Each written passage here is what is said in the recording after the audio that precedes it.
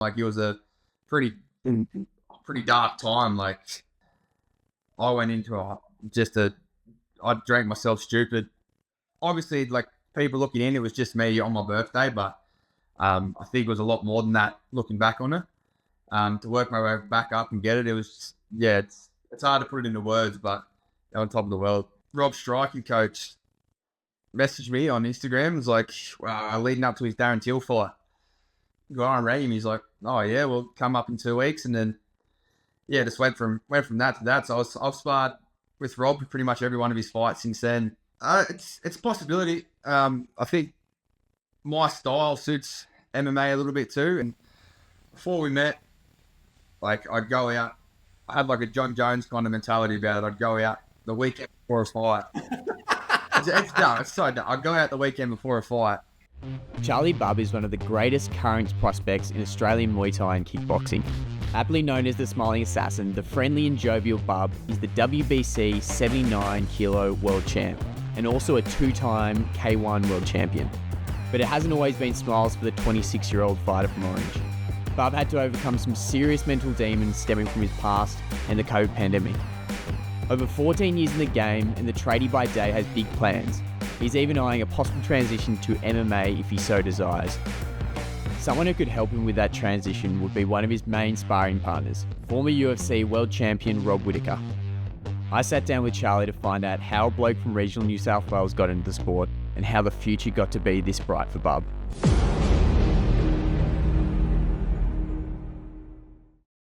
Mate, thank you so much for joining me. I really appreciate it. No, it's a pleasure. Thanks for having me. First of all, congratulations, man. Huge win. WBC champ.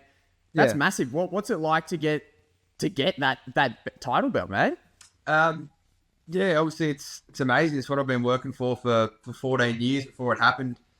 I told a lot of people in the build-up that when I was a kid, I used to have photos on my phone of belts that I wanted to win, and this was one of those belts. It's obviously one of the big ones.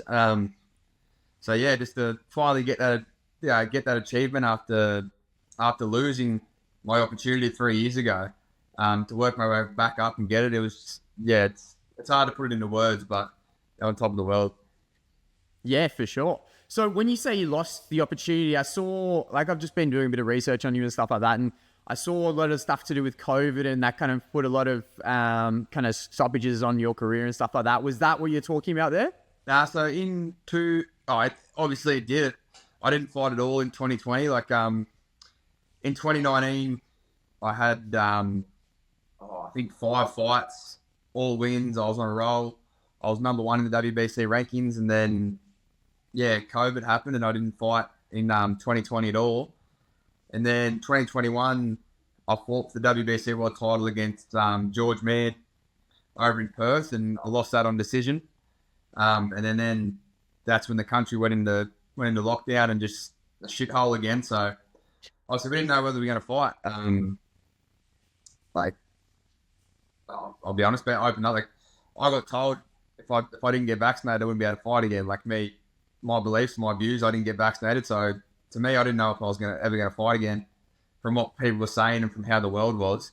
But so we got through 2020, lost 2021, lost the title against George. Went to a real kind of just a down because I couldn't fight, didn't know if I was going to fight. But then, we built our way back up in 2022, had a massive 2023, and then quit work and everything last year to finally go full in and try and get the belt. So, I lost it in 2022 and then 2021, and then 3 years of work to get back to win it. Wow. So a few things to unpack there. That's crazy. Fuck, that would have been massive. So in terms of, you thought potentially you might never fight again. It was hard because, I've been doing it for 10, 11 years at the time, and it was ripped away from me in 2020, and then it all happened. I lost the world title, so I was down because of that, and then you don't get vaccinated, you're not going to be able to fight again. I know I didn't want to get vaccinated, but I knew I wanted to fight. But to me, it was more important to stick to my moral beliefs than to fight. So, I think trying to get through all that, like at the end of 2021, like it was a pretty dark time. Like we couldn't go anywhere. Lucky for me, I had my gym in my shed, so I was training in my shed. But yeah, I didn't know what I was going to do. Like I was just in a bit of a hole. But yeah, luckily enough. What's the worst you got to, you think? I got fat as fuck. Sorry, Sharon. But on my birthday, so 20, how old was I? 23 or 24, whatever I was.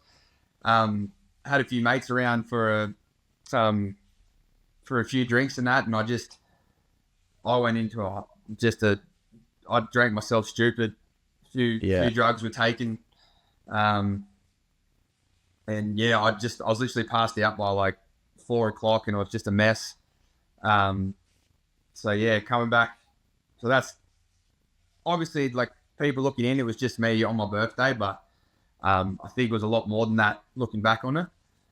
So yeah, to pick myself up out of that and yeah, come back from that was just awesome. Now since then, I've fought a few of the best in the world, and I've been undefeated since then. And like I said, I quit full-time work when I'm training for a fight. I've turned my life around. My diet's better. Everything's just kind of skyrocketed from there. So yeah, that was probably my darkest point that I got to. I didn't really know where I was going, but then yeah, once it took one fight to change it around, and then we just kind of got in the roll. And here we are now. Far out, mate. That's intense. That sounds I can't even believe. I mean, that when it's something that's so crucial to your being, you know, being a fighter for so many years, and then potentially having it completely ripped away from you. Yeah, all because of not taking a vaccine or something along those lines. Yeah, God, that must have been difficult. That's the thing too, because people had such beliefs in the other view too. Like people were telling me to get it. Like, why wouldn't you get it? This, and this. Like, well, I'm not judging you because you got it. Don't judge me because I'm not getting it. But yeah, I'm more proud of myself that I stuck to my moral beliefs and have still got to the achievement that I've got to with the world title. So yeah, to stick to my beliefs, to fight back to where I wanted to be, to get back to the top of the world and to win that world title, like, yeah, I can look back and be proud of myself on that. Mate, absolutely. That's good on you. That's amazing. I know a lot of weaker people would have buckled, so good on you for sticking your guns there. Thank you. So living in Orange, I mean, this was probably the thing that fascinated me the most about you. I know it's probably not as big, probably being from there, but Orange, You don't think of a Muay Thai fighter, K1 champion, Muay Thai champion when you think of Orange. You think, well, for me, I think of vineyards and I think of farming. How did that come about? You know, how did someone like yourself fall into Muay Thai in Orange? Well, I was doing the country thing when I was a kid, just playing footy. That's what everyone around here does. And then I watched the movie Never Back Down. I don't know. Oh, great movie. Yeah. It was when I was a kid. I've rewatched it again now, and it's shit. Right, it's shit. Yeah, it's so bad. But yeah, I watched that, and then I was hooked from there. I went down to the local gym, High Impact, and I was like, I want to do MMA, blah blah blah. Like, we don't actually have MMA. We got Muay Thai, and then yeah, kind of fell into Muay Thai. Still wanted to do MMA a little bit. Like, they brought in a judo guy. They had like the odd thing, but then yeah, I didn't really have the choice to go to MMA, so I just stuck to Muay Thai. And then yeah, I think about 2.5 years later, I had my first fight, and then yeah, here I am, 14 years, 60 fights later, and wouldn't change a thing.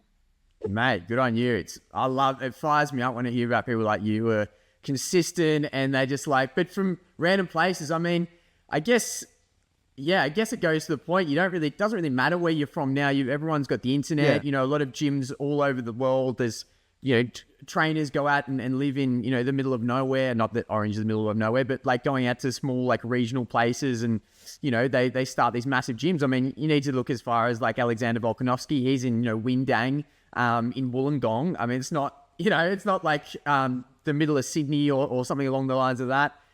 Dude, what do you put that down to? What do you put down, like, people in regional places kind of starting to, you know, up-and-coming fighters, you know, really starting to make a name for themselves? I think we're just stubborn out here, really. Like, I don't know if there's any other way to put it. Like I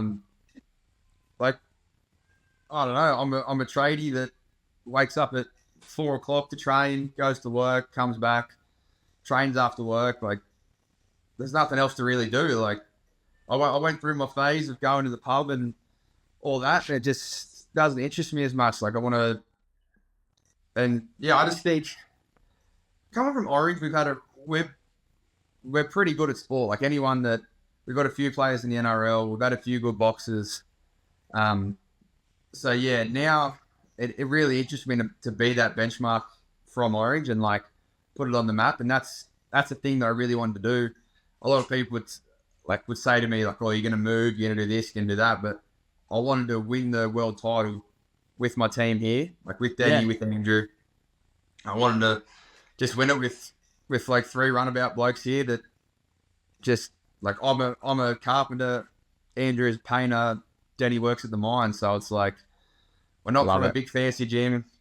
I got to travel 3 hours to spar. Like I travel 3.5 hours to Sydney to spar Rob and Jacob and Izzy at Camden, or I'll travel 3.5 hours to Moyu to spar. So it's just, I think we're just stubborn, and once we put our head towards something, we're not going to stop.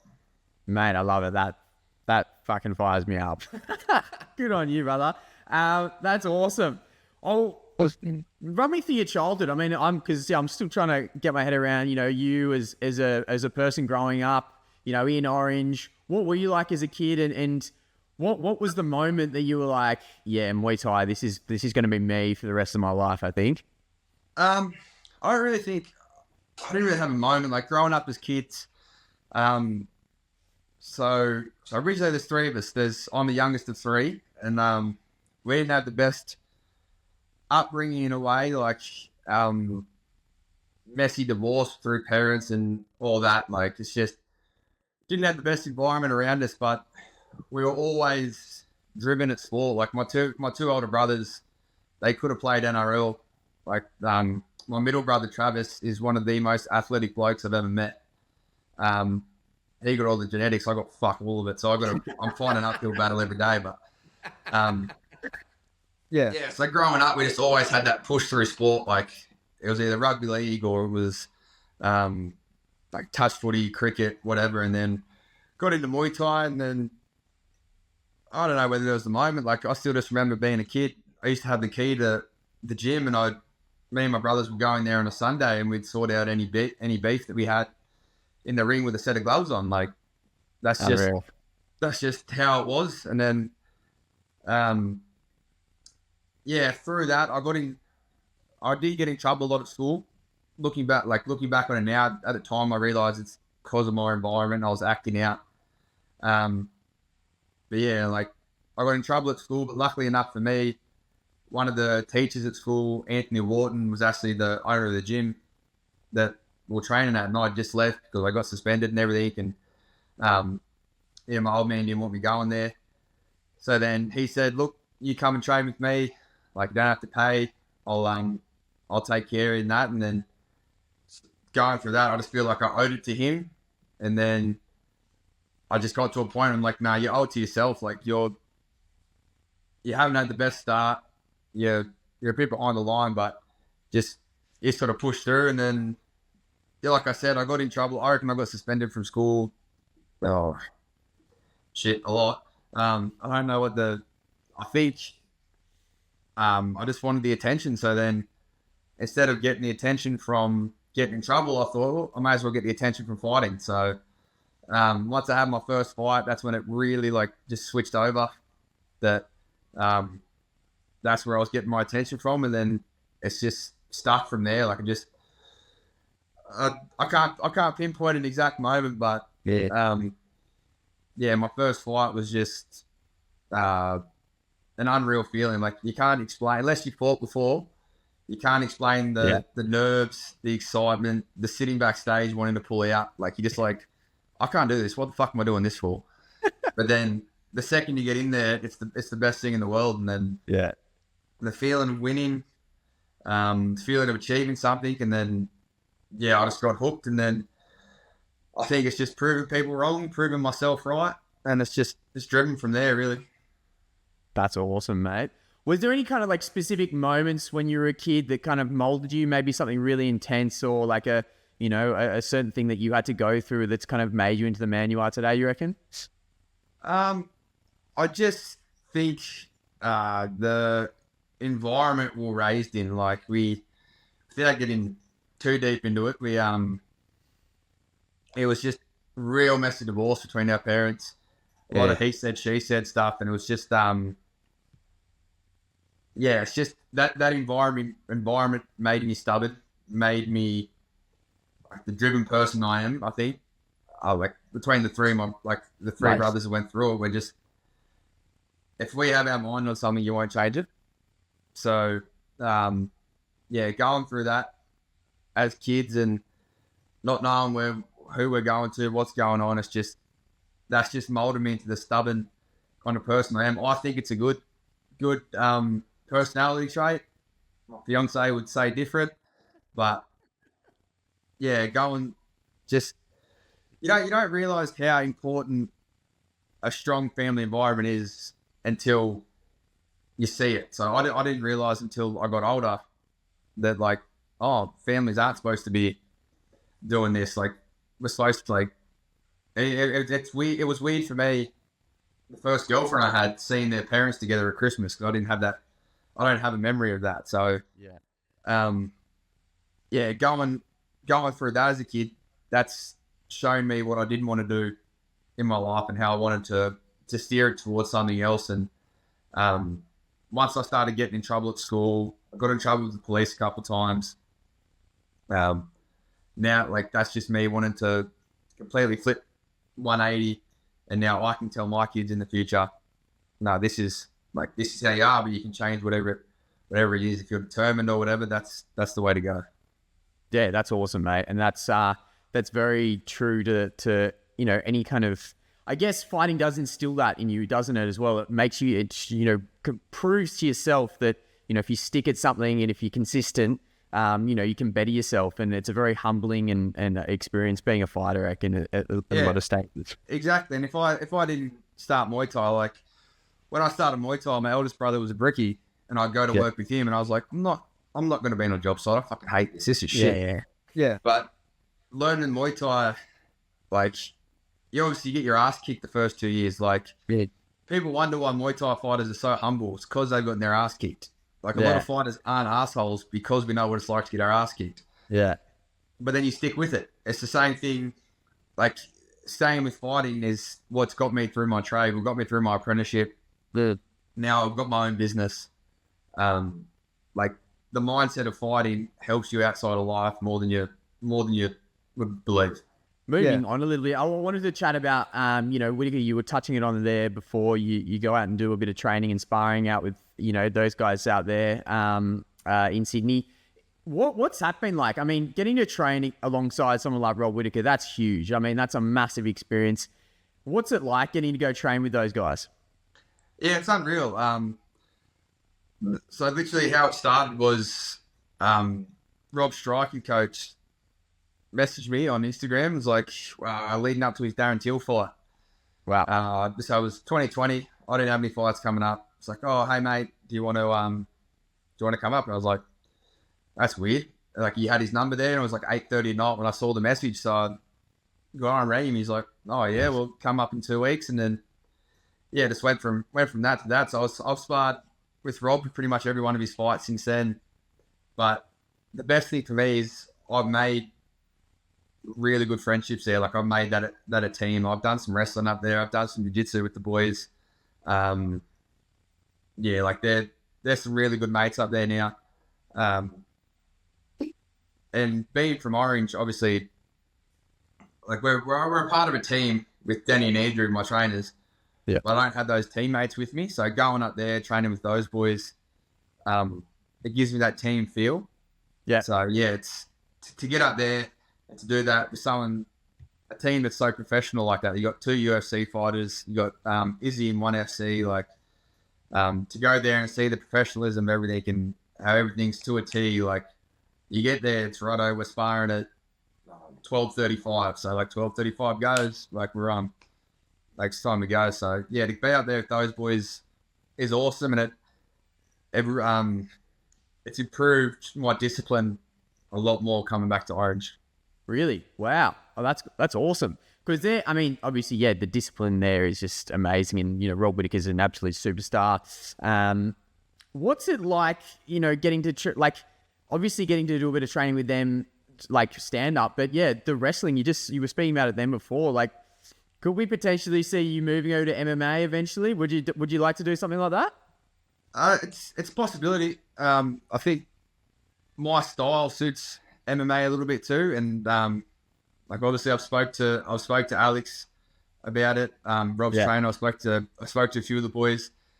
It's just a long road. Like, yeah, I've wrestled with Rob. I've wrestled with Jacob, Izzy, Jaden Lawrence, who's going to the Olympics. Yeah. If they get a hold of you, they can literally do whatever they want to you. Like, it's like it was a shock for me the first time I did it. It's like a big thing is wrist control. So they'll grab you by the wrist. Yeah.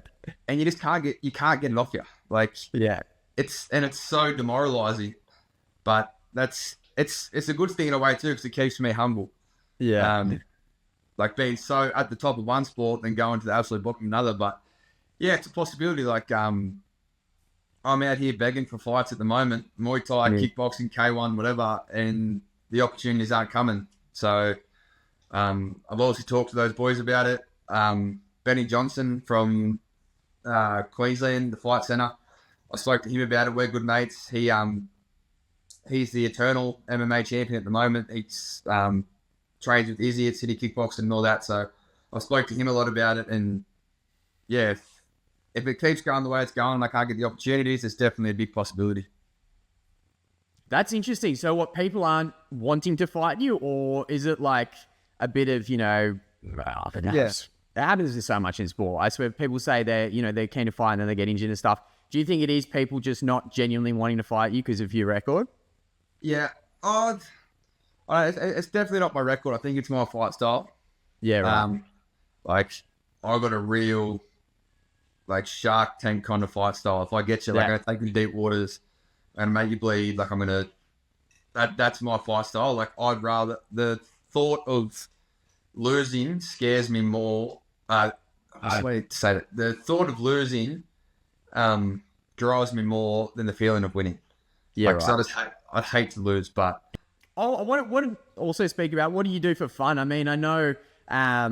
I guess obviously your career as a Muay Thai fighter and your kickboxing and stuff is your fun as well. But is there anything, like any hobbies or anything you do that are a bit different or a bit out there?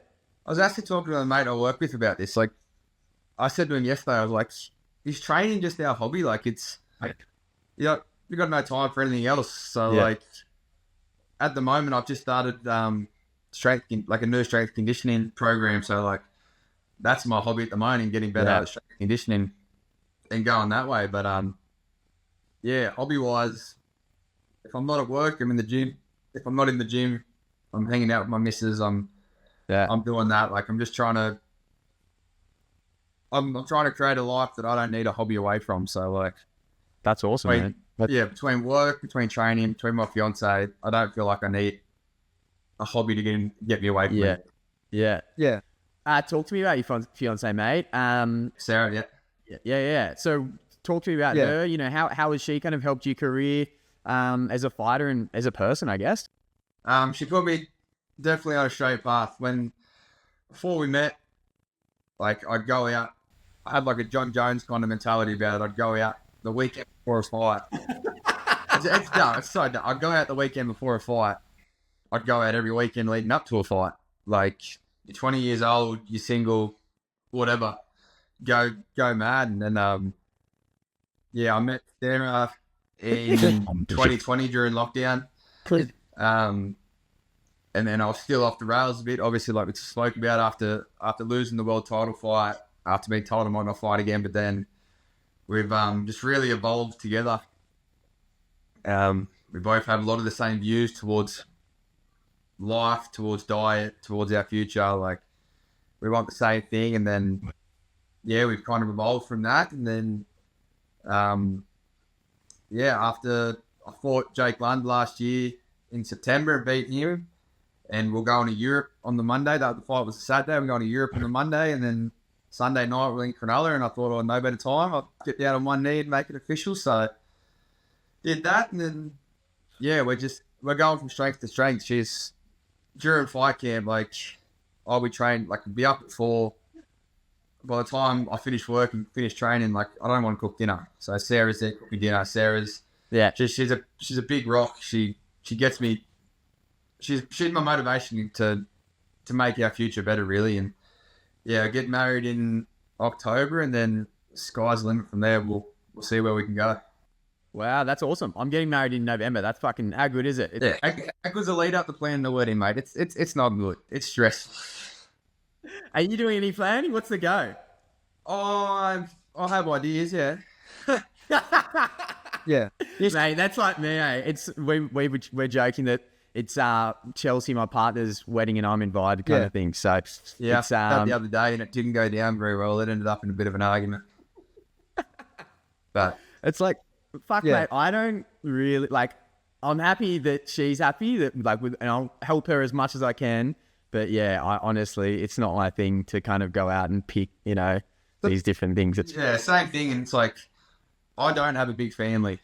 Sarah does. So it's like, I think my guest list is like 30. Hers is like 70. So it's like, yeah, right. So it's whatever she wants, I'll happily do within reason.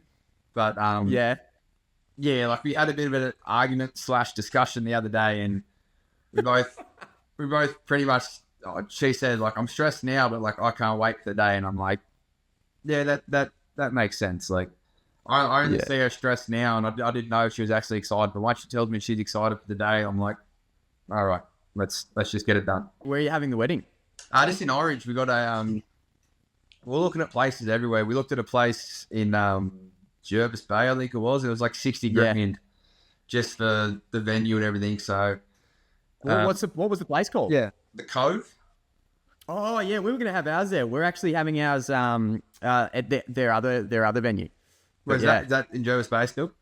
Yeah, they've got another one in Jervis Bay. It's like out on the farm, kind of like really close. It's called the farm. Yeah. Yeah, right. Yeah. So we were looking. So when we got engaged, let's just. I got to get this out. When we got engaged, I said, babe, let's get married at Lee's farm. It's in the middle of the night. Like, it's just a nice farm. It overlooks the big mountains that are here. Like, whatever. Yeah. I got told that's ridiculous. You know where we're getting married? On the farm here. Oh my God! It's always the way, eh? Yeah, but no, it's good. It's gonna be a good family day. Bringing both our families together. Like, I got one of my brothers lives in America. He's flying back for it. So, fuck, that's awesome. Yeah. It's gonna be a real good day. Also, what I wanted to ask you is about your coach, man. You were talking about him before, and I actually love seeing it. I love seeing it when a fighter is just so enamored with their coach and just will do, the coach and the fighter would both literally die for each other. I feel like it's such a strong bond, and to see you and your coach and coaches, talk me through your coach and talk me through that relationship, man. I mean, it looks like just strong, like the strongest bond I've seen in a long time. Yeah, so I've got two coaches, Andrew Abbott, Danny Mack. Yeah. Like you said, it's a bond that can't be broken. They're both in my groomsmen. Like, they're two of my 4 groomsmen. Oh, really? Yeah. That's awesome. I've known Abbott for, since I started fighting. We're at the same gym. Like, he's almost 10 years older than me, but we're both at the same gym. We both train together. Like, once I left my own gym and started my own training, he was there with me every day when we're doing pads on concrete floor in my backyard. Like, he's been there since day dot. And then in 2018, I was supposed to fight. I was fighting on Eruption, and Paul Demicoli rings me up and goes, "Oh, like, I know you've got a trainer, but I know this other guy he's a bit crazy, but he can hold pads." I was like, "Oh, what the fuck's gonna get me into here?" But then called Denny up. So Denny's old school Queensland. He started in Shepparton, Victoria, but he's old school Queensland Muay Thai. Like, he's fought He fought Jason Tramsig, he fought Scotty Bennett, he fought Nathan Corbett. Yeah, right. Oh, really? Wow. Yeah. Shit. Yeah, so he fought Richie Walsh, who was Corbett's trainer. He's really good mates with them up there. Oh, really? Okay, cool. Yeah. Yeah, so Denny's old school. He's old, and he's old school as fuck, but yeah, so he was at the original Boone Shoe. He was at the original 5 Rings, I think. Wow. 5 Rings. So yeah, he's been around forever, and yeah, we got together in 2018, and since me, Denny, and Abbott have been our team, we've only lost 1 fight. Wow. So yeah, we went from strength to strength. In 2018, 2019 was just unreal, and then yeah, it's like you said, it's like a bond. I've said this to Denny before. It's like he's got a son my age. Put it that way. That's how Denny is. Wow. He said to me, he's like, oh, like it's more of a brother than like him being older than like a father son. I'm like, well, yeah, I don't get on well with father figures, judging from my past and whatever. I don't get along well with father figures. So to have like 2 brothers that they're older than me, they don't put their pressure on me, but they're still that older brother kind of mentality. Like and to have that and to do what we've done, and yeah, I know it means the world to all 3 of us to finally reap the rewards. So yeah, mate, that's awesome. I won't take up too much of your time, man. I want you've probably had a massive day, and I want you to go enjoy the rest of your weekend. But I just wanted to speak about what your future plans are, mate. Like, what are your big fights coming up? Got any? We got fucking nothing. Nothing. It's shitting me. Because that's what I thought. I thought that was our big plan. We win this belt, we win the WBC World title, and then that's it. So we've kicked off 2 goals this year. We fought internationally. We fought in Dubai in February. We won the WBC World title. And now it's just gone radio silent. So I tell you what might work. Yeah. You know, like Jacob Malkoun, I was talking with him the other day. You know, he's a great bloke. He's really funny as well. But he was mock. Did you see him mock up that Bo Nickel poster? Yeah. Yeah. If you know Jacob, he's one of the most bluntly funny blokes ever. Like, he's so good. His face is so serious, but then he'll come out with a joke, and you're like, I don't know if you're joking or serious. Then he'll laugh, and you're like, oh, you're being funny. Oh, right. It took me. Like, I've sparred Jacob ever since I started sparring Rob, and we've become good mates. But it took me a year and a half to actually break the ice with him and be like, oh, we can joke together. Like, you don't rip my head off. But he's a top bloke. Hey, have you ever played chess with those boys? Nah, they've only started that recently. Oh, really? Yeah, I haven't got involved in that yet. You're gonna have to get up there and do some sparring, then a bit of chess work for them afterwards. Yeah. Yeah, it's probably smart to spar first and play chess later. So there's no sore losers. One more thing. In terms of like what you want to do, I mean, I know we were talking about it a little bit before, but you won championship. Like, where do you want to go? Like, where do you go because there's kind of a bit of a progression with you know, boxers and you know, with UFC MMA fighters and stuff like that. It's a little. I feel like there's a little bit more of a clearer path sometimes. What is it? What is your future in terms of where you want to fight and who you want to fight for eventually? And where would you like hit the pinnacle? Where would you want to end up? It's like you said, it's hard. It's hard for like Muay Thai, especially the weight I sit at. So I sit at the moment. I'll fluctuate between 86 and 88. Yeah, right. So I can't make 77 in one hydrated. Like, yeah, right. I'm too big for that. Yeah. The only fighter, like, I'm seeing that Nicky Holskin's at 84, and he said he's staying at 84. I'd love to fight Nicky Holskin at 1 at 84. So if that's a possibility, if that fight can happen, I'm 100% in for that. I've also spoke to a few guys about Glory. Like, I watched when I was a kid, I used to watch Glory all the time. Like, so sick. Yeah, so Tyrone good. Spong, Joe Schilling, Steve McKinnon was there, Corbett was there. Like, I loved it. So if I can get that opportunity, that'd be awesome. But yeah, like when you say pinnacle, like I don't. It's hard. I'm in a bit of a bit of a dark, like not dark spot, a dead end at the moment. So it's like, Yeah. we're not. Would you want to fight for something like one championship? I'd definitely be interested, but the weight's the hardest thing. Yeah, right. Of course. Sorry. Yeah. So like, having their weight divisions of 77 and 84. Yeah. But you got to piss hydrated. So it's an option, but there's also so many other options around. And it's hard too being in Australia because all the European, like my weight division is like mainly European guys. They're just around the corner from it's a 2-hour flight from Italy to England. Where Australia, like we're 15 hours away from anything. Yeah. So we're at a bit of a crossroads. So we'll see what happens over the next couple of weeks. I've sent a few messages, done a few call outs. So we'll see what happens. Like there's a possibility of MMA if I can't get onto anything. But either way, wherever I go forward, whatever I do, I'll keep promoting Muay Thai. Like even if I go to MMA, Muay Thai will always be my roots where it's at. Yeah. I'll always work with promoters in Australia to try and grow Muay Thai. Like I'm really good friends with Nakia and Benji from Muay Thai League. I'm good friends with Paul and McCauley from Eruption. Like I've got a good base, and I'll always try. No matter what I do, I'll always try grow Muay Thai in Australia and the world for that matter, because I don't want fighters that just won the world title to be sitting there like, what do we do next? Like that's the biggest thing. And even myself and Nakia were talking about it this week, that like we just need that one holy shit moment. Like UFC had Stephen Bonner and Forrest Griffin. Muay Thai needs that one moment just to blow it out of the water.